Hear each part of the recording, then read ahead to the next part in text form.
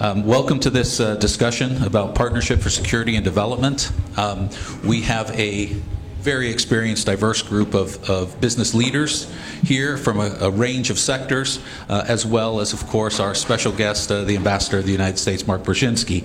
So I'm delighted to welcome them all here. I'd like to just put this in context as we think about Partnership for Security and Development out here in Poland. AmCham Poland is about 350 companies.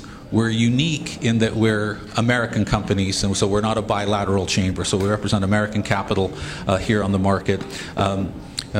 Directly employ about 330,000 people, which is a sizable footprint if you look at the multiplier. Around $60 billion in active assets here, and I know this is true because the author of our most recent report, Dr. Brzezinski from SGH, is sitting in the front row, so good to see you. It's a significant footprint, but I think the discussion today is about how do we grow that cooperation, how do we look at both economic security and national security and energy security, and what are some of the steps we need to do. So with that, I would like to say what we'll do is hear from the Ambassador, and I have a question to get the various views from our panelists, and then we're going to put the Ambassador on the spot again with some reflection and here because he is the tip of the spear in terms of dealing with multiple stakeholders, looking at the transatlantic relationship.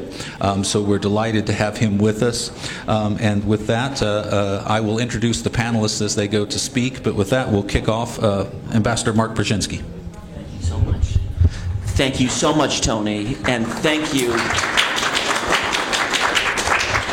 Człowiek roku. So, you know, it's What an awesome AmCham Poland has. I am a political appointee. I come from the private sector. I've worked with AmChams around the world, and Poland's AmCham is truly a catalyst for the American-Polish commercial and strategic cooperation. We're grateful, Tony, for what you do, for what your board does, and what all the members do. It is exactly what the doctor ordered in terms of the context that we face right now. And what is the context that we face right now? We are making lemonade out of lemons in terms of the security crisis immediately to the east. A year and a half ago, I don't think anyone would have predicted with certainty the reaction that we have seen in Poland in the face of danger. And the reactive mobilization makes an important case for national renewal, and it makes an important business case. The reaction in terms of security has had several forms. First of all, and I think profoundly impressive to President Biden, because he has told me that directly, has been the Polish reaction to the refugee influx from Ukraine into Poland.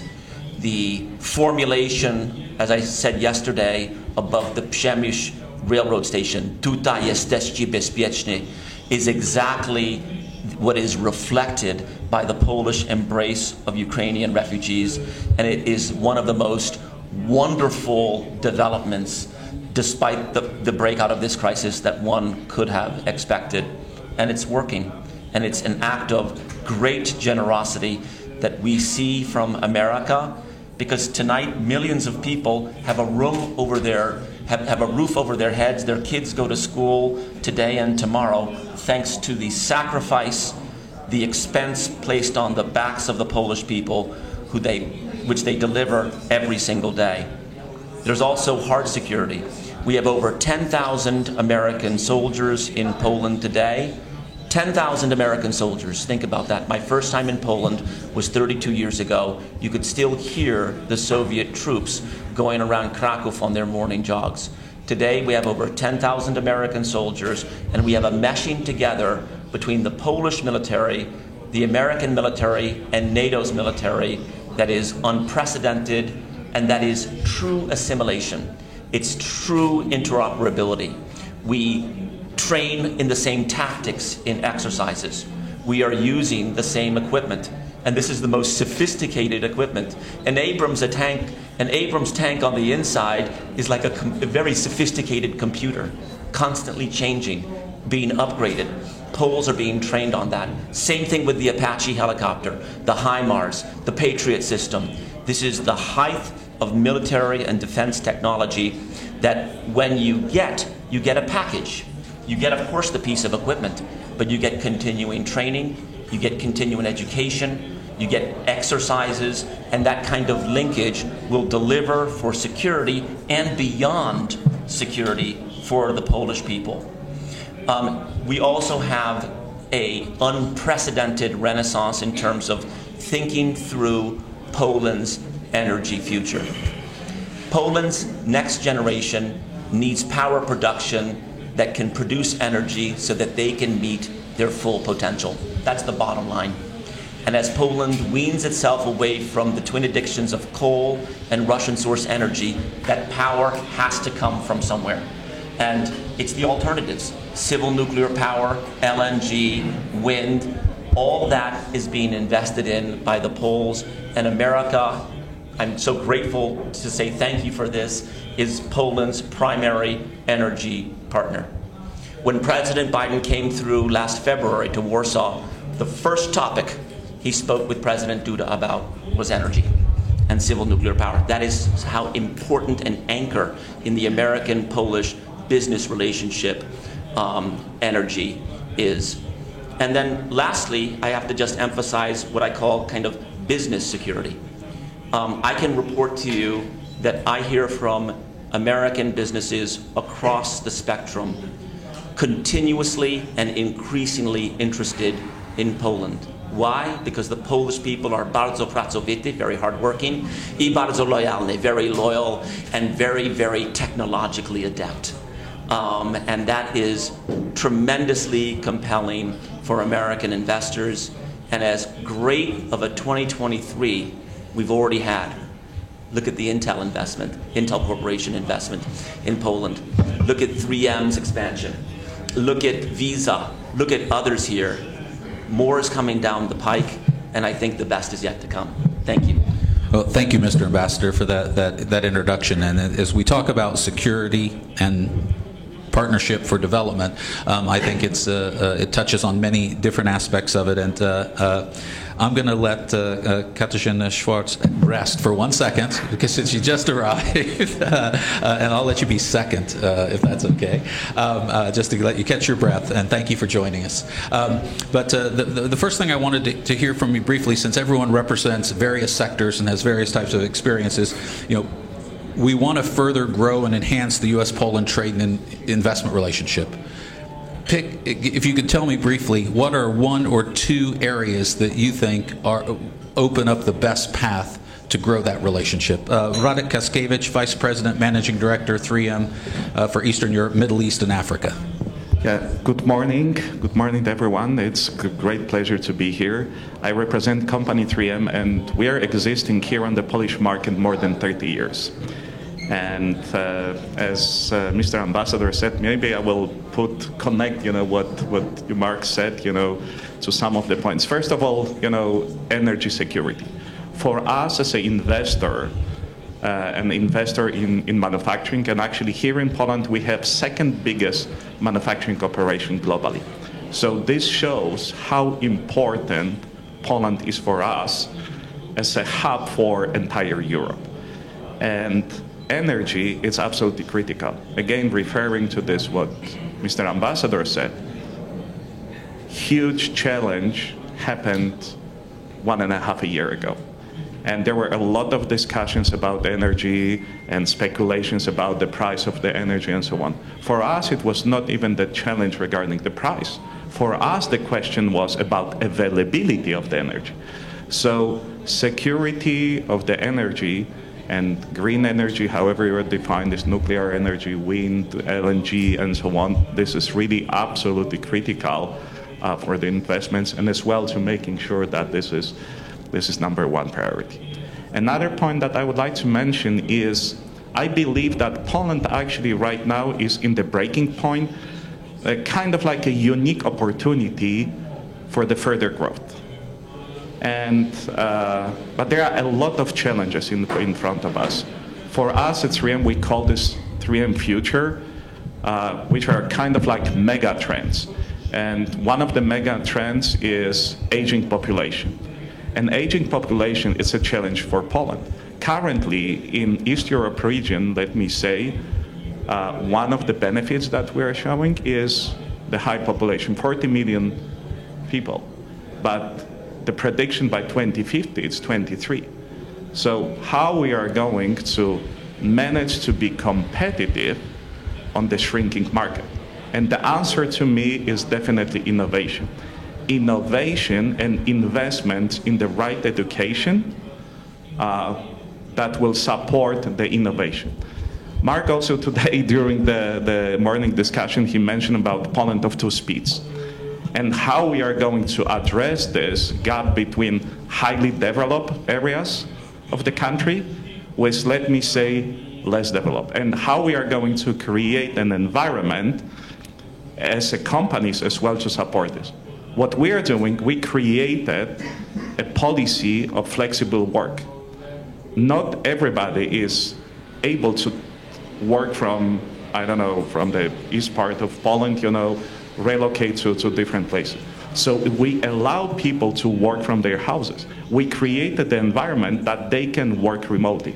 And I think, you know, these are the challenges that we need to address. And there is a huge opportunity, but these few challenges need to be addressed.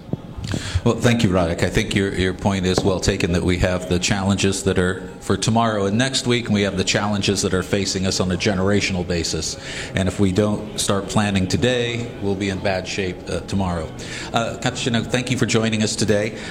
Just to give you a chance to repeat that, you know, again, as Radek picked a couple of key issues that you think would help drive further development of the U.S.-Poland investment and trade relationship. Absolutely. Thank you for the question, Tony. And first of all, apologies for being late. As you can see, it takes time to overcome investment barriers, but in the end, we do deliver. So thank you for the invitation.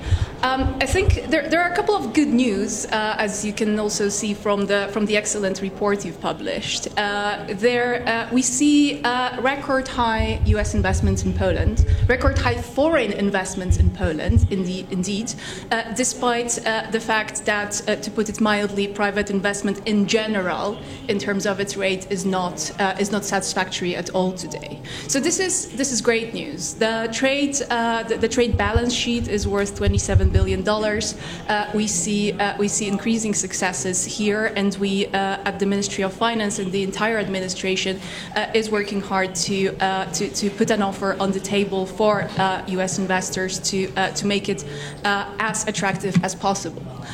What I also think is that this kind of U.S.-Polish investment relationship is quite special in that there are a lot of non-monetary, non-financial indicators in which we measure the successes here.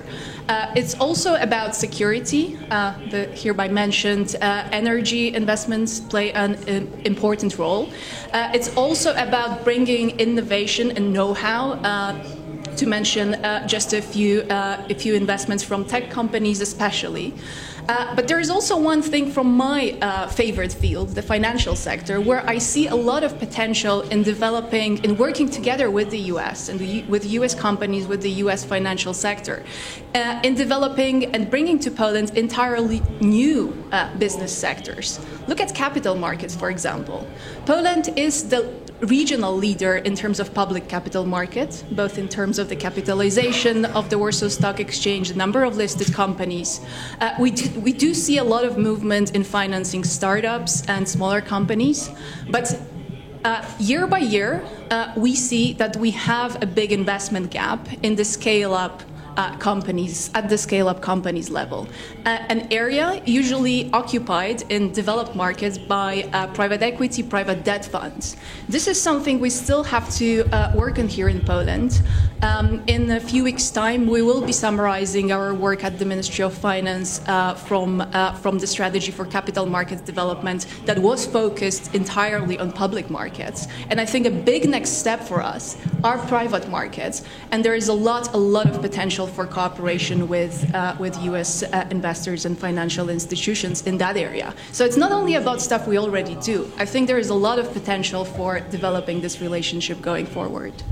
Super, thank you. Yes, I think that we have had these discussions, not just here in Karpacz, but regularly, about how to unlock a lot of the intellectual capital, the energy, and the entrepreneurial talent. But money is needed, and the best way and most effective way to get that money to entrepreneurs is an ongoing challenge, and one that we need to address. Alexander Casala from BAT. Again, what do you see as a couple of things which could help not only your company, but in general the economy grow and develop this U.S.-Poland relationship? Yes, thank you for the question, and good morning, everyone. First of all, I want to highlight that I'm here on the behalf of the company which entered the market early in the 90s. So just after the transition, we've seen a great opportunity on the Polish market, and we still see that Polish market is great for American investment and can be a great and fantastic potential for us. As Mr. Ambassador has mentioned before, it is a challenging time for us and other investments, American investments in the on the Polish market. However, what we can see right now is that, as you mentioned also before, and my speakers have mentioned, is that innovation can change a lot. And here we as BAT have a big second globally factory in Augustów, near the eastern border, which is a very important point for us, and we continue investing in our factory. We have already invested over $3.5 billion zlotys, sorry. And what we are seeing there and what we are doing is more investing in ESG. So what you have mentioned before, energy, I think it's very important to connect these two things and be aware of the fact that ESG is here the future of these investments, and this is how we can continue being a great player on the Polish market. On the other hand, what is very important, I think, for the investments on the Polish market is the stability of the market and stability of the law. So no matter of the results of the coming elections here or in the US, we need to know that the stability will be here and we will be continuing to invest on the market. Thank you. Alexander, you mentioned several words that people hear me say so often. I'm afraid they're going to think it's my name, but stability, transparency, przewidywalność is absolutely critical to keep driving that investment. Michał Krupiński, he is with Warburg Pincus Investment Fund and przewodniczący Rady Nadzorcza, it's easier to say, I guess, than supervisory board, of Gemini. But from an investment fund point of view, Michał, how do you see the way forward to drive investment and make Poland still more attractive for investors? Yes, thank you very much, and thank you very much, Tony, for the invitation. You translated into chairman, but there's only one chairman, the chairman of AmCham. Oh, well, thank you. And thank you very much, Mr. Ambassador, for your opening comments. Congratulations on the award yesterday. I think in our earlier conversation, Mr. Ambassador made a very good statement, which is Poland has a very unique opportunity to grow, to become a high-income economy and a knowledge-based economy. For me, I might be provocative. I think the question is, does Poland want to continue to be the China of Europe, or does Poland want to be the Korea of Europe? South Korea of Europe. And I would say, I would say, you can, make a lot of arguments. Of course, everyone wants to have an income. I was just checking the GDP of South Korea is 3 times the size of China, and I think in terms of a business model, the right answer is it is better to be Korea, because even China wants to be Korea with their investment in knowledge, etc., etc. And I think Poland has a lot of ingredients to be the Korea of Europe, with its demographics, which will be, as the representative of 3M said, will be getting worse and worse. So now it's a unique timing. With a post-COVID world, where you see a lot of investments coming back from Asia into Europe, I actually think the post-COVID world is good for Poland. That's the feedback I've been getting from from investors. Energy transition creates a big opportunity with Poland's traditional dependence on carbon coal and fossil fuels.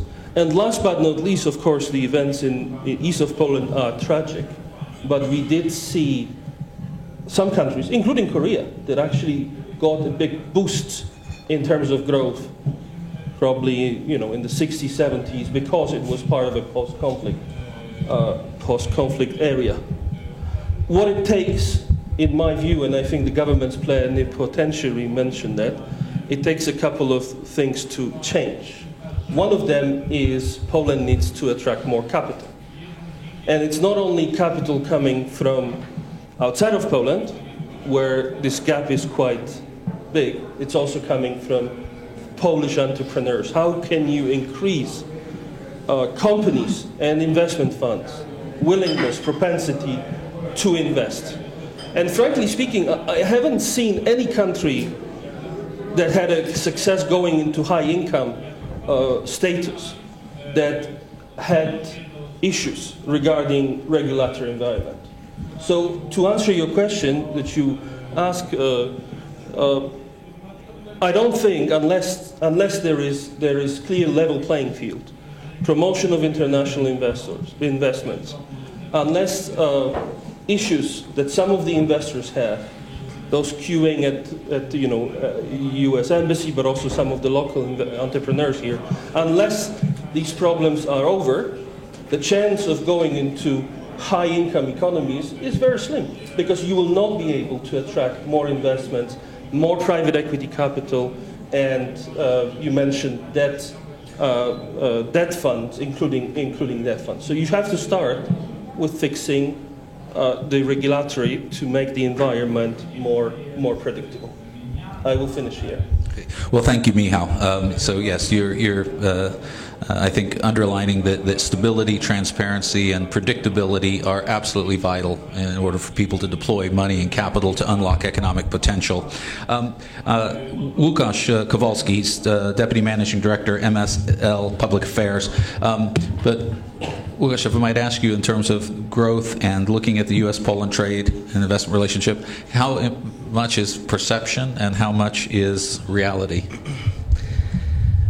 In terms of the perception, I think the room speaks for itself. Thank you very much for the question. Thank you for being included among those distinguished guests. I'm a big proponent in believing in capital, so I will play the tune of Michał Krupiński. As long as we have U.S. capital in Poland, as long as we have international interest in Poland when it comes to investment, this is the best mandate, the best security for Poland as it is. So Ukraine wouldn't be in a position that it is right now if it would be internationalized in the sense of capital markets, investment, and engagement globally. So this is basically the first point. The perception of Poland, of course, among other European Union countries, has been challenged by our position toward Russia, but as we are committed and we are resilient in our narratives, we prove to be right about the threats and so on, and this is underlined across the board.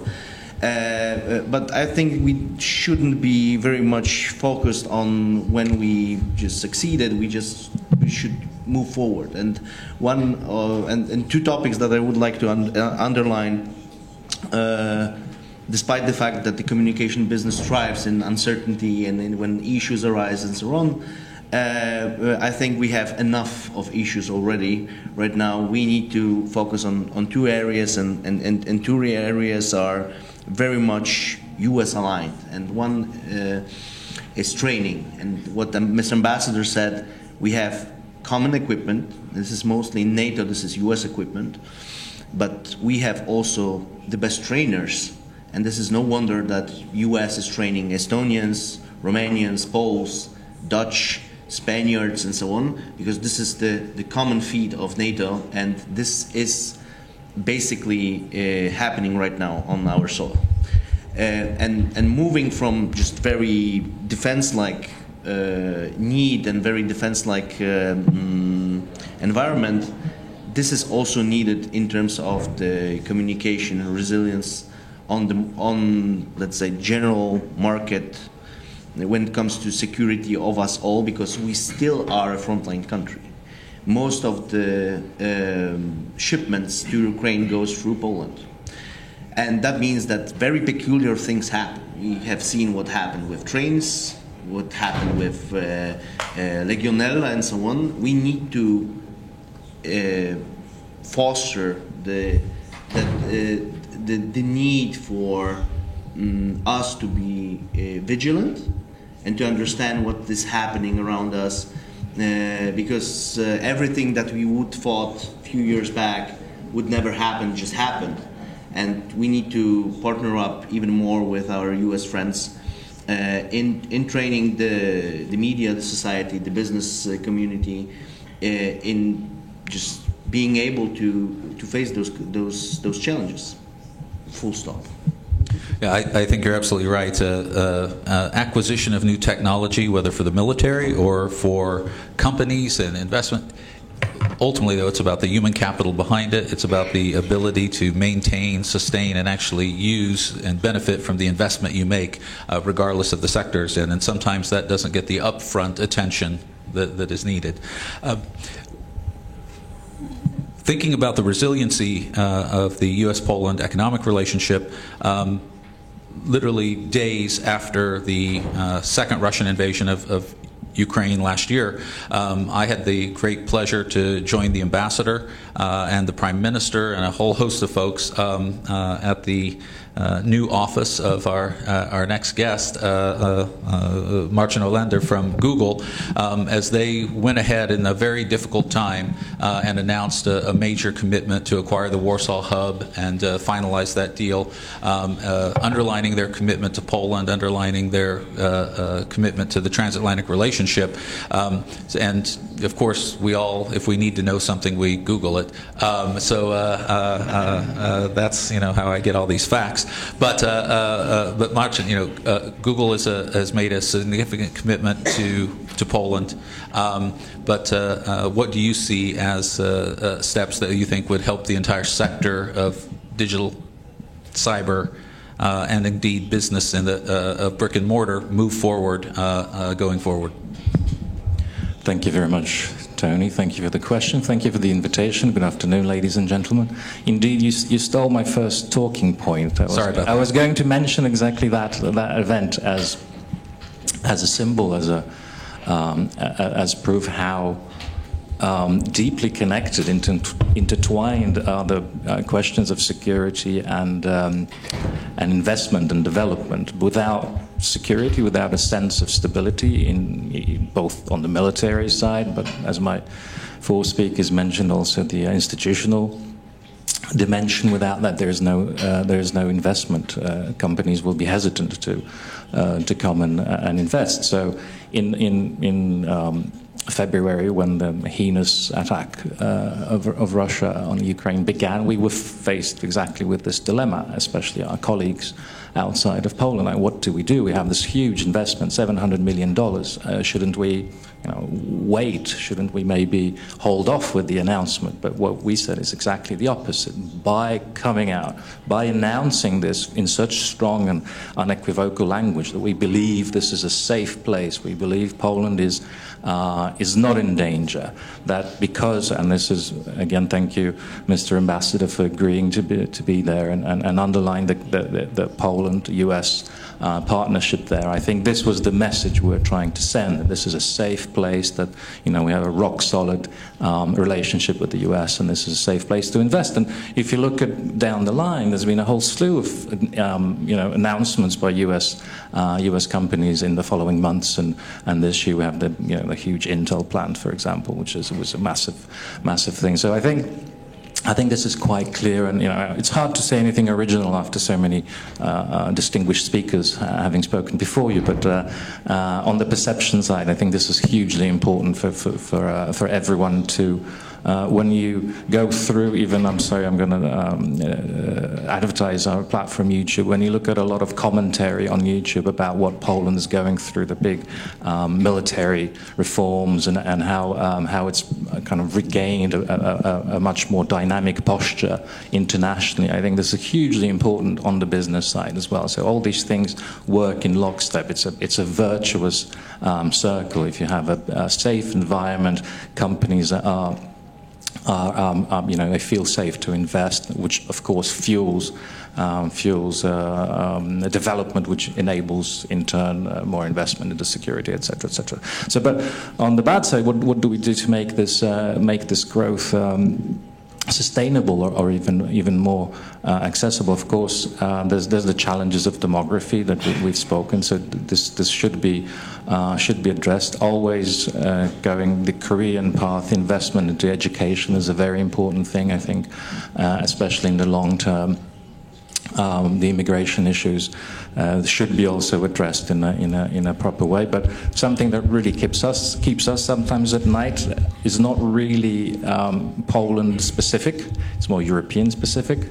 There's a lot of tendencies in some of our European partner countries to kind of be more skeptical towards cooperation with the US. There's some initiatives on the European level that can be worrying in the long term, especially. So hopefully these tendencies will not become the dominant ones. But this is the danger we see, and there are some very good initiatives that already give us a ray of optimism. The Trade and Technology Council will be one of them, right? So we hope that, especially in this increasingly unstable world where security is very important, that this transatlantic connection will be reinvigorated or made stronger rather than fall apart. We have the data transfer issues, just as an example. That's a serious threat, especially to the tech new economy. So this is the area which we see as the one we should invest some attention to. Well, thank you, Marcin. And Mr. Ambassador, I'd like to come back to you because I think we see some areas where we can make progress, some things that obviously will help build the relationship, but perhaps maybe ask you to reflect that, at a policy level, whether it's in Washington and the Congress or in the leadership in European countries and in Brussels, whether you see a disparity between the optimism and the opportunity expressed by business and some of the squabbling about some of the issues between the U.S. and the European Union, which is the largest, most prosperous trading and investment area in the world. Do you see some disconnect there and some risk there? Tony, on a policy level, as reflected in these really impressive and interesting comments preceding me, the relationship between Poland and the United States and Poland and NATO is more interdependent now than ever before, not despite the crisis in Ukraine, but really because of the crisis. We've seen, it is clear to us, the Americans, that collective defense works, that NATO is safe, that this interlocking of arms between our military is having the persuasive effect that we wanted it to have. And we could not have known that 18 months ago.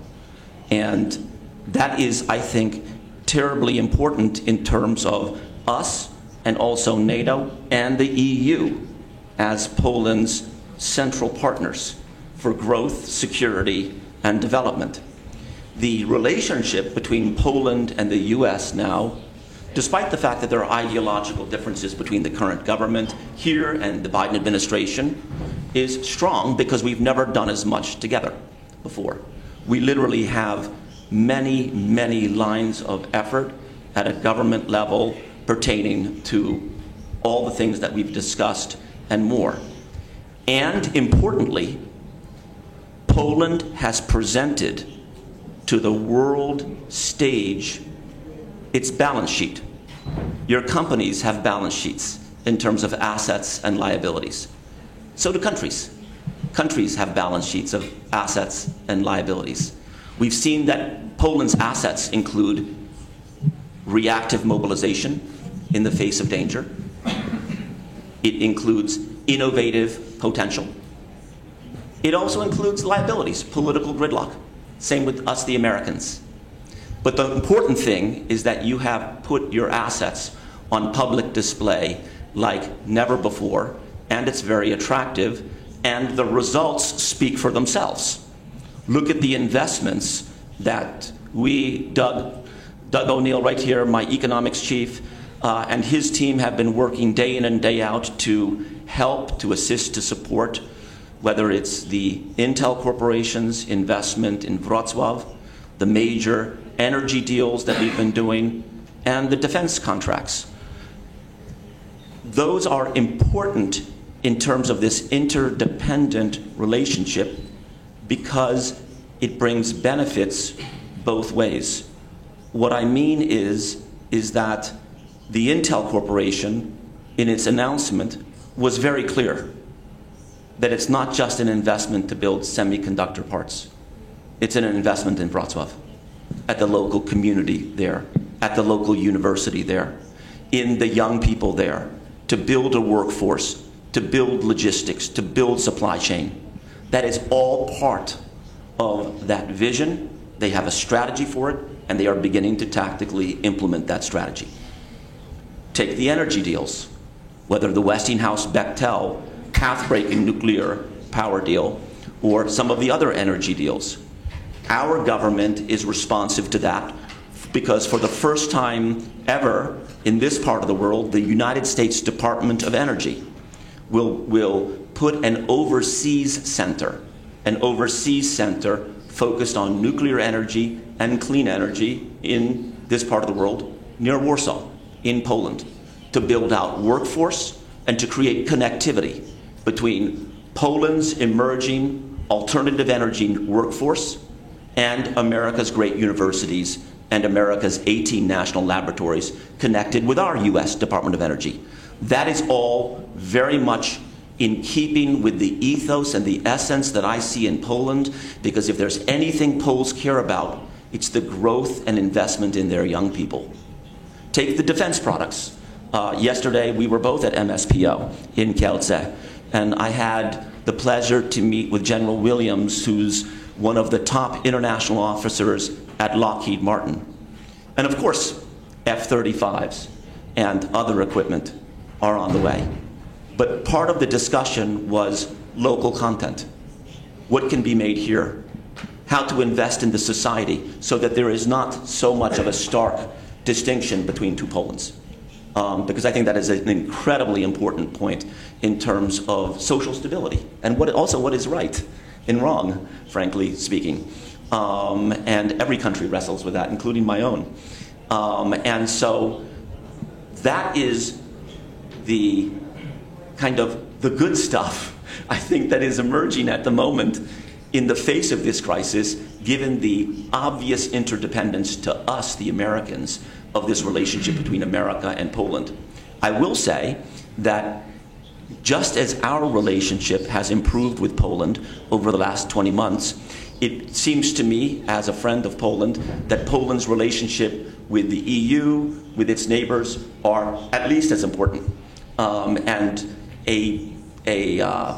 Those relationships are positive. They reflect great potential and closeness, and in terms of seizing the opportunity, we talked about it a little bit earlier, that's over the next hill, the opportunity in terms of transformation and rebuilding, an essential quality to Poland being able to get done what it wants to get done, because Poland will not do that alone. It will have to do that with its neighbors. I worked on the rebuilding of the Balkans in the 1990s in the Clinton administration.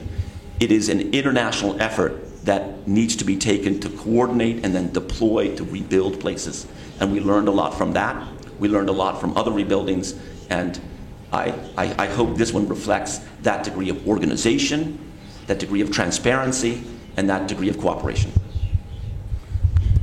Well, thank you, Mr. Ambassador. And I think that as you talk about the transformational event, about the rebuild and revitalization of Ukraine, holds such tremendous opportunity for Poland, for Polish companies, for the Polish workforce, as well as for investment opportunities that will be based here but be working on that generational project.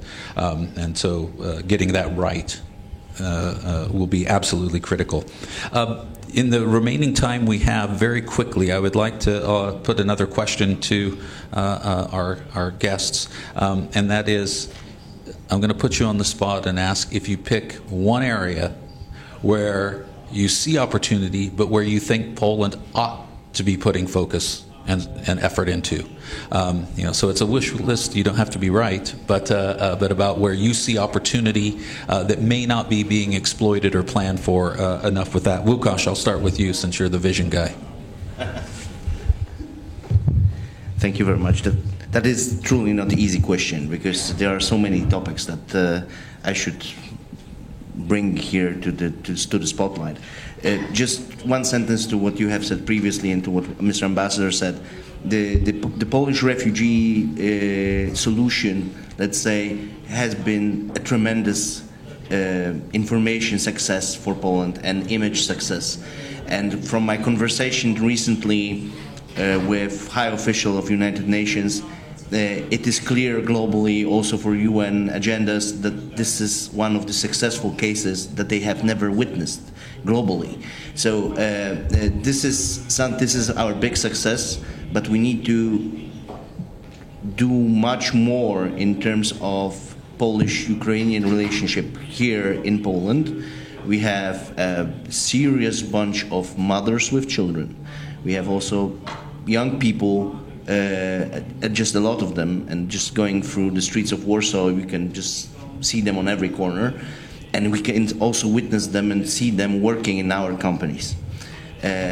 So if there was any border between Poland and Ukraine, it just vanished. But that doesn't mean that there are no challenges. There are just plenty of them. Typically in Poland, when there is no challenges, history is always a challenge. But also perception, culture, attitude to work, attitude to career, and so on. These are the things that not only us, but I think across the board when it comes to employee relationships and employer branding, that is a huge challenge, because this is not as easy as it shines from the very beginning. Thank you, Łukasz. Alexander, what's your pick? Where do we put our energy and effort? Well, I will thank you for the question, first of all. I will come back to something that Mr. Ambassador has said, innovative potential that Poland has, which is huge in our opinion, and I think in the opinion of other American companies in Poland. And based on that, I think here investing in technology and innovation and things like, for example, cyber security and digitalization has a great potential and can change a lot.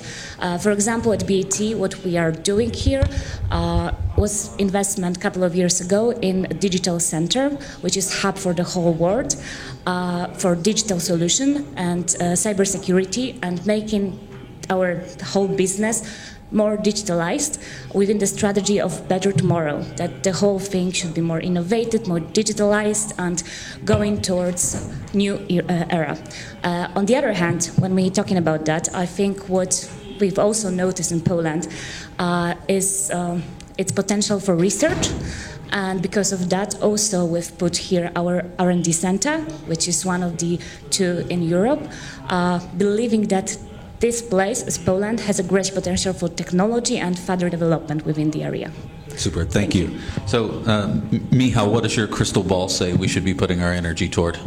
Yeah, I don't have one, but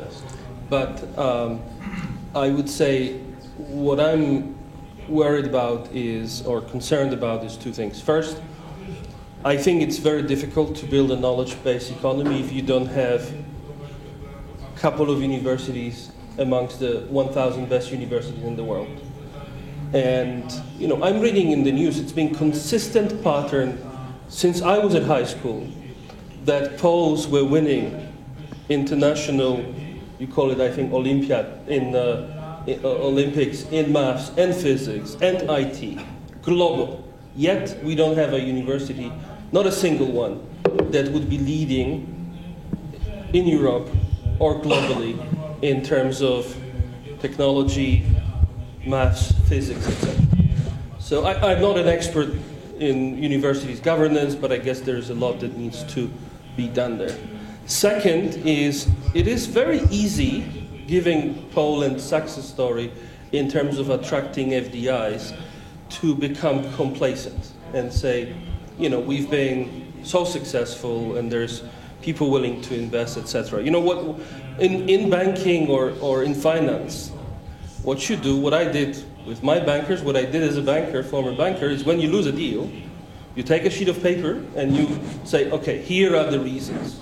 And then you ask, and then you try to do a little bit of a post-mortem, like what happened, etc. And I think it's similar in terms of investments. I think there's such a great unutilized potential. Because we can also be, you know, let's be honest to each other. A lot of transactions are actually, right now investments are being declined by international investors because of the war, because of the perception, not reality, which means that the local authorities should do even a greater job and should be even more ambitious in terms of attracting investments. Particularly, you mentioned gap private equity.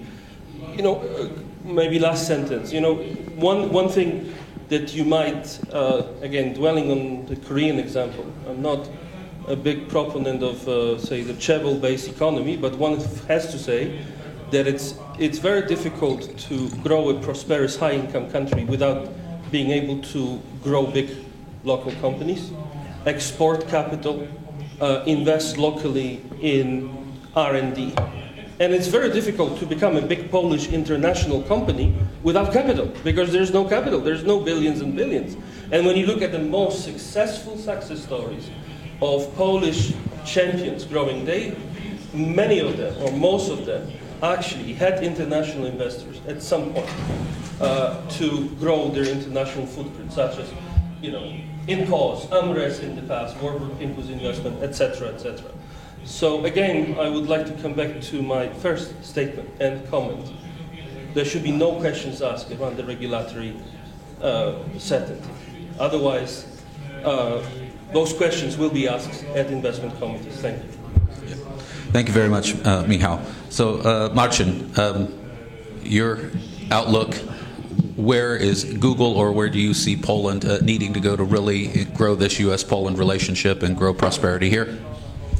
I'm afraid, again, I can't be very original here. Definitely more investment into R&D, education, with the light of spreading, because you're right, we have great, and this is one of the reasons why we invest. You know, we plan in the end to have 2,500 engineers working here. Of course, there's huge talent in maths and IT, but this needs to be spread out more. More companies should adopt digital technologies. This should be circulated to improve productivity as a whole. I mean, this is really where I think where Poland should hugely invest to just pick up and level, kind of spread out the innovation, the digital technology adoption, that kind of stuff to create. Also, that will help with what you said, Mr. Krupiński, that it will also create a market for local services, local products, etc. So it's a win-win. It's the investment that will just keep on giving. So I definitely try and concentrate on that. Super. Thank you, Marcin.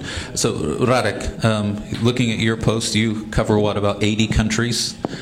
So what is Poland going to do to thrive and partner with the U.S. In your view? What's that priority? Okay, so definitely I will not say about one priority, because I believe you need to have some diversified portfolio. So I will rather focus on vital few. So first of all of us, we're saying about safety in terms of investments. And from the different aspects. Is it energy? Is it military safety? And I think one of the very critical point here is the safety of the regulations and legislations and predictability. It cannot be like this, that in the middle of the night something is approved and it's implemented the next day in the morning, and there is no time and no discussion with the business about the implementation. We understand that there is a need for change, but there is a need as well for time. Another part, as I mentioned before, Poland is absolutely in unique time right now, kind of like a breaking point. And we're talking about unique time because of crisis, because of war, because of post-COVID, and so on. And I believe Poland is really in right position to leverage this. And to leverage this from the perspective of really addressing the megatrends and really focusing on megatrends. So we're talking about energy. So we have quite strong already few projects in pipeline with US companies. Another megatrend is in general ESG, climate, and related to, for example, auto electrification. Poland, actually, if I'm not mistaken, is the second manufacturer of batteries for the cars. So how are we going to really leverage this and engaging a lot of startups and a lot of brains, to really pick this up? Hydrogen, it's another significant area in terms of the green energy where we could really, really leverage this. And for this, it's kind of like closing the loop. We need to very much create an environment of changing the educational system, which is going to be more adapted to really future needs. Right now, I'm speaking about basic manufacturing. We need few things. No, absolutely, and I've received a signal that the ambassador is going to have to go in a couple minutes. Okay. So I finished my vital few. And normally, when the U.S. government sends me a signal, I try to obey because I don't want to end up someplace I don't want to. But very quickly, Katarzyna, we've heard a lot of discussion, a lot of focus on what we can do. As you're looking at capital markets or looking at unleashing potential, if you could fix something to drive the Polish economy, to drive U.S.-Poland relationship, out of the whole menu of things, I mean, what would be one of the things you would pick off the buffet?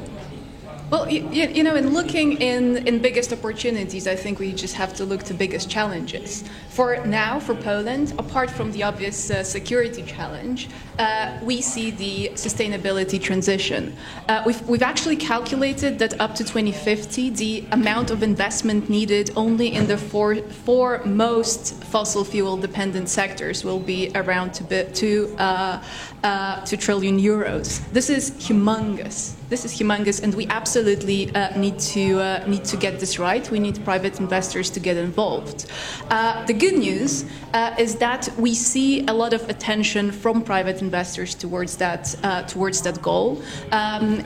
Just 2 years ago, at the Ministry of Finance, we launched work on the roadmap for sustainable finance, green finance development in Poland. I think this is an enormous opportunity for us because we need so much green capital to flow into green investments in Poland, it is an opportunity for us to develop new instruments, new services around it, to offer them not only to stakeholders here in the country, but perhaps also to other countries in our region, and to really become this green financial hub. And it is, last sentence, really great to see that AmCham and its members are contributing actively to our work in that. Well, hopefully Poland will be a leader in this area rather than a follower. There's always more advantage in being out front. Mr. Ambassador, I know you need to go in a minute, but any closing thoughts and words of wisdom? Yes, two things. First of all, U.S. Mission Poland is a 600-plus person workforce here in Poland working to advance this relationship. And so if there is an investment into Poland from America or from Poland to America that has hitches or needs help, you should be in touch with our embassy. We have an amazing commercial services team, an amazing economics team to facilitate this. If you have a problem and we're not working on it, it's because you didn't reach out to us. 1, and we are open for business both ways. 2, I was really struck by the point, Michał, you made about education. And I think that education, more than anything, empowers any particular person or not.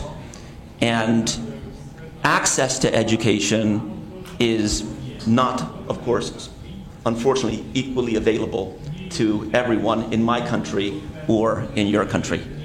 And there is such a possibility for the companies represented in this room, for the institutions represented in this room, to perform a mentoring, pedagogical role, teaching role for Polish young people in this vast country. This is a vast country of 40 million people. And I see two Polands, as you were referring to. That was just very prescient to me. And we have to make sure that we do all we can to draw in that part of Poland that is not being as included in the rising tide that lifts all boats. And the best thing that one can offer to someone is an educational opportunity, some form of growth and internship and mentorship, even just a conversation. We are all in this together. We want this relationship to work, and the investment in the young people is the best investment both of us can collectively make. I can tell you, I visited with the Polish American community in Chicago a couple months ago. The question from them was, what can we, the Polish American community, do to help Polish young people today and tomorrow? That's a good offer. Well, Mr. Ambassador, I think that closing on that note about education and looking forward to the future, I was once taught by one of my mentors that said, you don't do business for yourself, you do business for your children.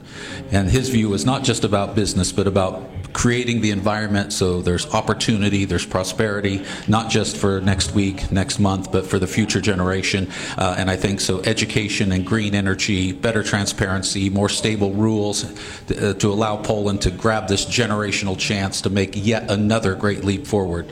So, Mr. Ambassador, dear guests, thank you so much. And ladies and gentlemen, thank you for joining us today.